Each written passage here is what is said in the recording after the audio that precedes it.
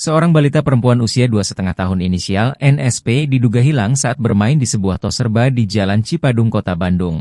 Menurut Kapolsek Panyileukan, Kompol Kurnia, pihaknya saat ini masih mendalami laporan hilangnya anak perempuan tersebut. Diketahui, kejadian hilangnya anak tersebut terjadi Senin, 23 September 2024, ketika orang tuanya sedang mengumpulkan barang bekas menggunakan roda. Kemudian mereka didatangi seorang wanita yang mengajak NSP bermain pada pukul 20 waktu Indonesia Barat. Ibu NSP pun ikut bermain dan mereka diajak oleh wanita itu ke mal untuk membeli baju baru. Sesampainya di sana, Ibu NSP diminta untuk mengganti pakaian di ruang ganti. Namun setelah mengganti pakaiannya, Ibu NSP tak menemukan keberadaan si wanita beserta anak balitanya tersebut. Dengan kondisi kebingungan, Ibu NSP kini melaporkan apa yang menimpanya ke polisi. Terbaru, melansir beberapa sumber, polisi telah berhasil meringkus wanita penculik balita itu.